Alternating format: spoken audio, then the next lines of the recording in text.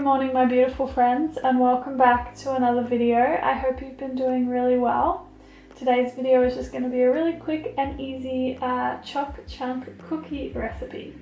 Let's get into it, and we are first of all starting with 2 tablespoons of flax meal as well as a 1/4 cup of water into a small bowl, and I'm going to mix that together before setting it to the side, and this is going to be a flax egg mixture. From there, in a medium-sized bowl, I'm adding 1.5 cups of brown sugar as well as 3/4 of a cup of vegan butter. I use a brand called Nuttalex. From there, I add 2 teaspoons of vanilla as well as our flax egg mixture. Then I'm going to combine all of this until it is well combined, obviously, and our butter will sort of start to melt as we mix it all together, and yeah, it'll be easy to mix once you get into it.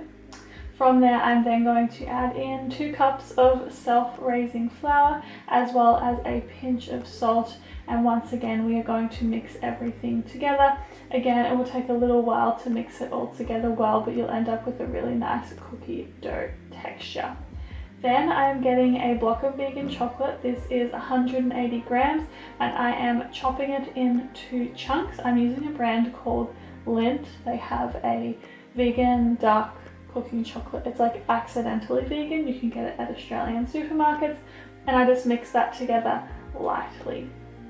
From there, I'm then going to start rolling the cookie dough, and we're going to put about like 2 tablespoons per bowl per cookie, and I'm just going to flatten them slightly. You can even flatten them less than I have if you'd like them to be a taller and not as wide cookie.